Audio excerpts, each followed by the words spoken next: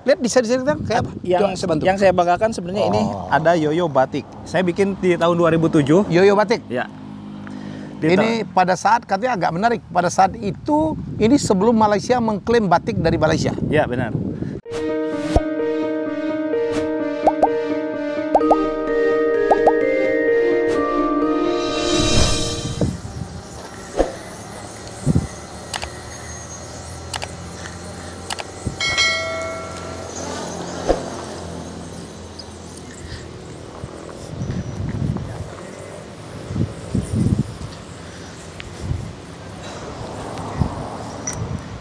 Wow.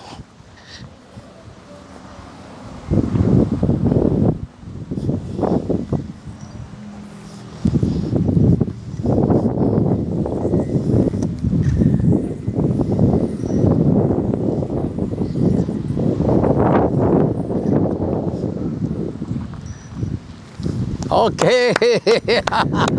Halo. Hai Kang. Helmi. Gila ya, dalam perjalanan saya ke ngelihat kebun sih di Subang, saya diperkenalkan satu orang. Wah, ini nggak banyak tahu, PNS loh. Ini ASN, ternyata Kang Oke Rugana. Rosgana. Rosgana. Ini adalah desainer yoyo. Yoyonya dipakai di seluruh dunia, gitu ya Kang? Ya, benar. Ada beberapa negara yang meminta untuk saya untuk mendesain, terutama Amerika, Cina, Amerika?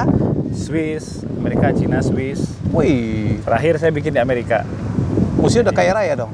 Ya, nggak desain saya murah sih. Dia cuma nggak tahu cara jualan aja gitu ya. Dia cuma jual putus gitu, dan kemudian pengusahanya yang menggunakan desain beliau itu kaya raya. Lihat diceritakan kayak apa? Yang saya banggakan sebenarnya ini ada yoyo batik. Saya bikin di tahun 2007. Yoyo batik. Ya. Ini pada saat katanya agak menarik. Pada saat itu ini sebelum Malaysia mengklaim batik dari Malaysia. Ya, benar. Jadi tahun 2007 itu saya bikin yoyo batik, dan sudah ditulis di sana bahwa desainer yoyo batik ini adalah Oke Rosgana dan batik adalah dari Indonesia. Dari Indonesia. Jadi ini ada di Museum Yoyo. Di Museum Yoyo, yoyomuseum.com ya. Di mana sih? Di Amerika. Di Amerika. Di Amerika bisa dilihat kok itu, yoyomuseum.com. Oke. Dan ini menjadi salah satu Keren. salah satu desain yoyo yang bertemakan. Jadi melalui yoyo kita juga bisa tradisi, ya. Bisa promosi budaya ya. Iya. Apalagi? Ini ada salah satu desain yoyo. Ini apa yang, nih? Ini yang temanya Viking. Ini jadi Viking. Wah, film Viking Valhalla lagi top nih sekarang di Last Kingdom. Ya, ini juga tahun 2007 dibikinnya. Dipesan juga. Dibayar berapa untuk ini? Barang ya ini kurang lebih $100 lah ya. $100. Masya Allah, cuma $100. Cuma $100, tapi memang sedikit ya. Cuma 50 apa 30 biji di dunia gitu ya dibikinnya. Dibuatnya. Dibuatnya. Mereka jualnya berapa? Mungkin cuma 15 apa $20 waktu saat itu ya, tapi sekarang yang yoyo batik ini sudah dicari dan harganya mungkin sekarang sudah $300. $300. Di eBay itu sempat $300. Oke, ada lagi Kang? Ada, ini adalah desain yoyo saya. Ini bisa disimpan ya kalau ini? Ini adalah yoyo yang saya desain. Jadi awalnya saya mendesain gambar ya, bertemakan fish head. Jadi kepalanya ikan dan dikasih akuariumnya cuma kepalanya doang gitu. Kepalanya ya, ikan. Sambil main yoyo. Terus ada. Oh, ini ada tulisan Akang ya, Oke Rosgana. Exposun gitu. Fosun itu salah satu produser yoyo di Cina, dan dia minta gimana kalau ini dibikin hiasan yoyo saya dengan edisi khusus, kata edisi Oke Rosgana. Ya, saya dengan senang hati. Ini apa rancangan Akang juga? Cuma gambarnya doang. Gambarnya doang. Yang paling laku tuh yang mana? Yang rancangan Yang paling laku sebenarnya yang desain saya sendiri, namanya Rozor. Itu dibikin di Australia. Itu sempat dijadiin hadiah untuk kejuaraan yoyo dunia di Amerika di tahun 2010. Jadi Rozor edition khusus The World Yoyo Contest, dan itu menjadi ikon lah ya. Salah ada satu. nih, dibawa nggak? Sekarang nggak dibawa karena sudah habis itu. Oh, udah habis. Okay. Sudah habis, termasuk juga R94. Ada R94 juga habisnya cepat. Saya jual nggak di Indonesia, ada di Cina, Australia, Amerika. Berapa akan jual? Saya jual $100 juga. $100. Dan saya bikin waktu itu sekitar 100 yoyo kalau tidak salah. Yoyo. Ya, 100 yoyo. Nah, kalau itu uangnya, ya? kalau uangnya itu buat saya.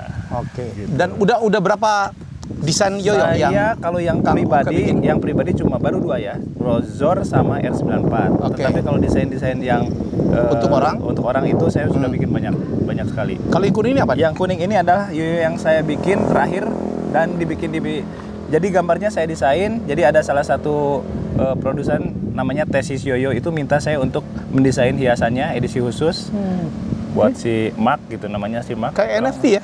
Iya, saya ditawarin banyak NFT sama mereka, mas saya pengen bikin sendiri lah. Ini bayar NFT. berapa? Ini juga sama kalau nggak salah sekitar $250. $250. Cuma gambar doang katanya. Cuma gambar doang. Nggak doang lah Kang. Nggak doang ya? Nggak doang. Nggak Ya ini doang. kalau manajer saya udah laku banyak nih. Ini masih sama nih ya. Yang tadi nanti ya? kita collab. Dila, ada lagi nggak? Tadi katanya ada yang salju tadi yang Oh mana ya, tuh, Kang? di sini nih ada. Coba. Di salah satu ini. Ini kita taruh ya. Ya. Di salah satu ini Oke, coba kita buka. Di salah satu ini mungkin ada yang desain salju. Jadi beda-beda. Nah, ini nih. Purgatory ini gambarnya gambar bertema salju karena tradisi ya, tema tradisi ini. Oke. Lagi-lagi nih yang batik ya. Batik, Terus tema salju Jive. Ya. terus Jadi Jive itu nama yoyonya, terus ada di situ Tom Kun itu nama produsennya. Tom Kun. Ya. Jadi Akang bekerja sama dengan Tom Kun. Sebenarnya Yang orang Amerika itu. Yang Amerika itu sebenarnya Dave ya. Ya. Dave Hall sebenarnya. Dia bikinnya di Tom Kun Yoyo. Tom Kun. Ya, Tom Kun Yoyo itu yang bikin yoyo terbesar di sana di dunia. Di Arizona ya. Arizona. Iya. Ini salah satu Colorado. Ya, Colorful Colorado. Ya, karena si Dave itu orang Colorado dia. Jadi Coba di sini kita tunjukin. ya. Si Dave itu orang Colorado, jadi dia pengen bikin batik, katanya gue bikinin dong daerah gue Colorado katanya. Katanya dengarnya Dave sering ngasih bonus ke Akang ya, kalau produknya laku. Nah benar, jadi kerennya Dave itu walaupun jual putus, tapi dia itu selalu membayar saya. Kang, kita ngomong yoyo nih. Yoyo Oke. ini di Indonesia mungkin nggak terlalu populer ya. Tapi di Amerika, karena mereka tuh tradisi bermainnya itu luar biasa. Toy ini dianggap toy ya, betul kan? Ya, skill toys. Ya, Skill benar, toys. Skill toys. Laku nih. Laku. Jadi gini, permainan yoyo itu memang tidak terus hype, tapi di Tetap Amerikanya pun seperti yoyo itu sendiri naik dan turun. Jadi Yoyo itu naik yoyo turun. itu naik turun gitu. Jadi Bahasa Inggrisnya yoyo. Yo- Yo itu naik turun ya, oke? yo itu dari bahasa Tagalog ya, Filipin, ya. itu artinya kembali. Jadi yoyo itu naik dan turun. Jadi siklusnya tuh setiap 5 tahun dia akan hype, 5 tahun meredup lagi dan 5 tahun. Tapi berikutnya. tetap ada. Bagi pemain-pemain yang profesional dan menggeluti seperti saya, yoyo itu selalu hype di pikiran dan di sehariannya. Gitu. Jadi saya mungkin agak ngasih tahu trivia dikit. Yoyo itu sebenarnya minimal istilahnya ya, itu dianggap berasal dari Filipina. Yoyo itu dilempar balik. Ya, Dan dulu ini jadi senjata.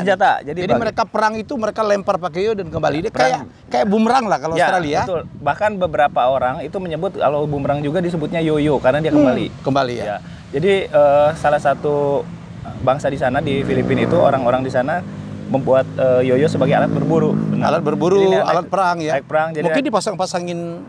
Jadi kayak batu aja dia naik ke atas pohon, terus nunggu mangsanya atau Dus gitu ya lawan lewat, dilempar biar dia nggak usah turun lagi, ya udah dia nunggu di atas pohon gitu. Ya. Terus Akang juga pernah. Nah itu yang unik. Saya pernah mendesain untuk sebuah logo dan perusahaan di South Africa. Jadi ada orang South Africa yang kerja di salah satu pabrik susu di Sudan. Dia mengundang orang Afrika ke sana untuk mempromosikan produk susunya. Terus dia menolak. Jangan saya, kata yang jago tuh ada orang Indonesia namanya Oke. Dia desainer saya. Orang Panggil aja Subang. dia. Ya katanya ada orang Subang gitu. Terus saya diundang ke Sudan Afrika untuk mempromosikan susu di sana dan dengan yoyo gitu. Oke. Jadi beli 2 kotak susu, hadiahnya yoyo. Gratis langsung, yoyo. Iya gratis yoyo tuh langsung latihan sama pemain dunia namanya Oke katanya gitu. Jadi saya keliling di sana, di kota-kota kecil di sana. Terus saya juga tinggal di sana beberapa saat. Ada 6 minggu, ada yang 3 bulan. Jadi saya dari tahun 2006, 2007 dan 2008 Di Sudan. Di Sudan Afrika saya Oke. untuk menyebarkan permainan yoyo di sana. Dan Asik mereka aja. kaget katanya. Gimana nggak ada Ya, cerita-cerita jadi asik, ada cerita menarik asik. ya? Jadi ya salah satu cerita yang menarik adalah Sudan itu kan ternyata Islam ya Oh, gitu iya, di iya. sana. Dulu Negara nama Islam. presidennya namanya Numeiri, toh banget ya. Dan salah satu pekerja di sana kaget kan gitu kan, kamu muslim katanya. Ya of course I'm muslim gitu. Kamu baca Al-Quran dengan bahasa Inggris katanya. Enggak, Al-Quran di seluruh Aslinya dunia dong, bahasa Arab? Iya, Arab semua, Al-Quran Arab. Kamu bisa dong baca Arab gitu. Terus dia buka Al-Quran gitu, Disuruh baca, kan? disuruh baca. kalau Indonesia kan pakai lantunan kan ya, kalau ngaji gitu pakai kan lagu. pakai lagu kan. Apalagi orang Sunda ya, iya. banyak kori dan korea dari Sunda. Itu dia, makanya saya ngajinya ya seperti yang biasa saya pelajari waktu kecil gitu. Terus dia mendengar sampai Masya Allah, you are very good, very good. Padahal cuma ngaji biasa gitu. Ya lucu lah ya. Terus mereka menganggap kalau semua tamu itu sangat dihormati dan mereka menganggap tamu dan akan tambah dihormati. Iya, karena bisa ngaji dengan lagu ya. Dengan lagu. Dan gitu. Juara level dunia lah. Ya untuk desain saya juara. Tapi main juga kan, saya sempat main juga, berkompetisi sempat juga. berkompetisi di Asia Pacific Yo Contest tahun 2005 itu saya satu-satunya orang yang mewakili Indonesia untuk kejuaraan Asia Pacific Yo Contest dan nggak juara. Cuma waktu itu saya artistic performance ya, karena yang lain pada jago-jago, wah Jepang gila-gila gitu mainnya kan. Saya pengen ngasih sesuatu yang berbeda, jadi saya pakai baju daerah, saya main yoyo dengan jaipongan digabung dan ternyata sambutannya luar biasa. Sampai koran Kompas juga menyebut Yoyo Man Indonesia. Yoyo Man. Dan orang-orang di sana juga menyebut bahwa saya adalah bapaknya Yoyo Indonesia itu ya si Oke gitu, yang orang Subang itu sampai sekarang. Jadi saya bisa jadi juri di sana, juriin pemain pertandingan-pertandingan di seluruh dunia, termasuk di Asia Pacific Yo Contest. Tapi sehari ini betul pegawai negeri? Ya, saya sebagai PNS di Kabupaten Subang. Di dinas apa? Baru pindah ke di dinas Kominfo. Sebelumnya? Sebelumnya saya di PUPR di Pertamanan. Jadi kalau Bang Helmi lewat Subang ada patung nanas besar, ada patung sisingan, itu desain saya. Di sana Kang? Desain saya. Ada patung nanas gede Iya, Bang? betul. Itu. Jadi kalau lewat ke Jalan Cagak, terus ada. Tahu, saya lewat situ berkali-kali. Itu desain saya. Jadi patokan saya kalau mau ke sini. Ya, termasuk juga taman-tamannya itu desain saya. Harus ada lampu, harus warnanya harus gini, tamannya harus itu gitu. Emang Kang terus sekolahnya apa sih? Saya seni rupa, Fakultas Seni Rupa dan Desain. ITB. Dan saya sebenarnya lukis ya jurusan. Studionya lukis sebenarnya. Nggak nyambung, tiba-tiba lukis harus ke. Angkatan siapa? Angkatan Aming? Angkatan Aming itu di bawah ya. Di bawah. Saya Faris RM di atas jauh. Jauh. Ini Indra Herlambang. Indra Herlambang. Oh iya. Satu angkatan. Satu angkatan. Kelas. Indra Herlambang, terus siapa lagi ya? Yang 95 itu Jerry Aurum. Jerry Aurum yang fotografer mantannya Denada ya? Iya, betul. Jerry Aurum, terus di bawahnya ada Panji kan? Aming, Panji, Panji lebih tua dari Aming lah dikit ya. Ya itu. Senang dari melukis akhirnya jadi ke taman. Terus ngedesain sekarang terus? Ngedesain terus. Bahkan saya sekarang lebih banyak desain untuk beberapa perusahaan di luar negeri, termasuk buat web desain di sana perlu ilustrasinya atau ada ilustrasi buku buat anak-anak. Saya bikin desainnya, bikin poster juga. Tapi Yoyo tetap? Yoyo tetap, bahkan saya ada channel Yoyo juga. Saya pengen dong nanti kapan-kapan ngajak Bang Siap. Untuk kalau orang-orang hebat kayak gini saya selalu menghargai. Saya kaget ada PNS, ASN gitu punya prestasi kayak gini, punya passion yang luar biasa. Jadi siapa bilang ya orang-orang kreatif tidak bisa menjadi ASN yang baik? Ya, betul ya Kang? Ya, alhamdulillah. Yang saya senangi adalah di Subang itu para pejabatnya juga termasuk bupatinya mendukung bahwa Kang Jimat mendukung. Iya, Kang Jimat mendukung. Jadi dari zaman sebelum Kang Jimat juga bahkan saya disponsori oleh Kabupaten Subang untuk berangkat ke kejuaraan Asia Pasifik Yoyo Contest di Malaysia. Oke. Punya mimpi apa lagi Kang? Di bidang peryoyoan? Di peryoyoan mungkin saya akan menyebarkan yoyo. Saya pengen bikin apa ya, perusahaan lagi lah ya mungkin di yoyo. Jadi pengen bikin pabrik yoyo yang dulu kan mahal ya yoyo. Saya pengen bikin yoyo yang murah biar orang-orang tuh nggak main gadget terus. Iya. Kan perlu melatih kinetik ya. Iya, kinestetis kiri dan kanan. Sampai sekarang main itu doang jempolnya pada gede-gede nih kan. Gede. Kan kalau kita bergerak ya tangan kiri dan tangan kanan itu akan berkoordinasi dengan otak kiri otak kanan. Nah, gitu. Jadi apa jadinya kalau kita hanya diam gitu terus hanya main jari doang. Oke. Gitu. Jadi teman-teman perusahaan barangkali bisa kita bikin kompetisi yoyo se-Indonesia. Dan karena kompetisi dunianya ada ya kan? Iya ada. Bahkan saya sudah bikin namanya kontes yoyo Indonesia. Mungkin sekarang sudah berganti jadi INYC ya. Indonesia National Yo Contest itu setiap pemenangnya langsung final di kejuaraan Asia Pasifik Yo Contest. Yo Contest. Ya, bahkan juara dunianya sempat ada dari Indonesia. Oh ya, Asia siapa? Pasifik ada Karis namanya. Karis, tapi dia murni pemain. Murni pemain. Kalau Akang desainer walaupun main juga. Keren. Desain juga. Kalau saya nggak jago-jago amat main. Nggak jago-jago bisa gitu. Jago-jago amat. Saya waktu kecil main yoyo, tapi yoyo gitu lah. Itu yang di bawah itu dia berhenti gitu ya, muter gitu, ditarikin, dikejutin dia naik ke atas. Ya, itu si slipper terus dinaikin dia. Itu apa tipenya? Slipper, triknya namanya slipper, terus dinaikin. Itu biasanya di bawahnya itu kan agak dilonggarin ya, talinya ya, ikatannya, biar muter gitu. Betul. Baru nanti dientak begitu dia naik ke atas. Iya, benar-benar. Kalau yang Akang tadi nggak bisa digituin ya? Saya yang nggak bisa dimainin naik. tadi? Ya, istilahnya unresponsive yoyo. Unresponsive yoyo. Unresponsive yoyo. Tapi Jadi, punya teknik sendiri untuk membuatnya untuk balik. bisa membuat balik. Benar sekali. Wow. Gitu. Jago dunia itu siapa sih? Yang Jago terkenal dunia legend banget. Banyak ya, ada Hiroyuki Suzuki juara Jepang. berturut-turut. Di Jepang gila main yoyo ya? Jepang gila. Oke. Kalau Jepang skill toys apapun lah ya, keren-keren Ya, ya, di ya. Jepang. Di Amerika juga ada banyak pemain yang legendnya, ada Dr. Popular, ada Steve Brown yang membuat trik yang tidak diikat, dia di bandul, jadi yoyonya tidak dimainkan di jari tapi dengan bandul, jadi kayak dua main double stick gitu.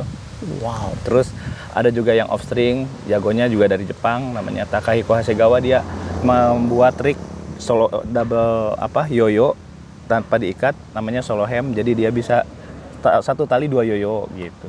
Terus ada juga banyak lah, ada juga trik-trik yang aneh-aneh gitu yang dibuat oleh sama orang-orang Amerika. Termasuk juga Indonesia juga bikin ya. Sekarang kita punya klub yoyo, terus ada orang-orang yang jago di yoyo dan menjadi timnya Amerika dan kan ada Julius Tanggang gitu, ada banyak lah teman-teman yang Julius Tanggang? ada Julius Tanggang. Oh dia main yoyo? Oh maaf, Bukan kali.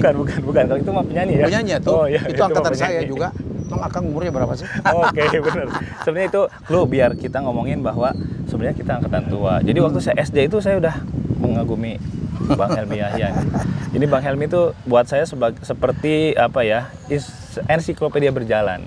Ngomong apapun tahu, ngomong masalah sport, lagu, nyanyi. Walaupun Yoyo tahu sedikit-sedikit lah. Yoyo juga tahu olahraga apalagi ya. Who is the king of reality show gitu ya. Gitu. Thank you Kang Oke. Jadi senang sekali saya nggak sengaja ketemu beliau. Tadi tim saya bilang di sini ada Oke Rosgana namanya. Itu ahli yoyo. Tadi dibilangnya juara yoyo, ternyata juara desain. Desainnya keren-keren. Oh ini keren. Museum of Yoyo History.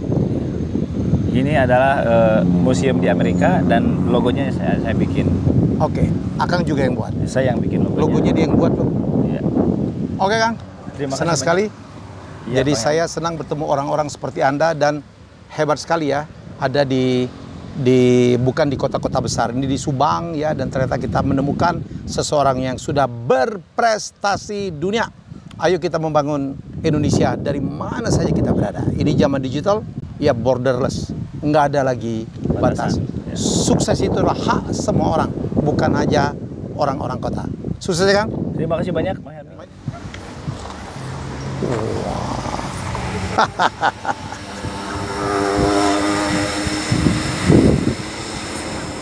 Wih, wih.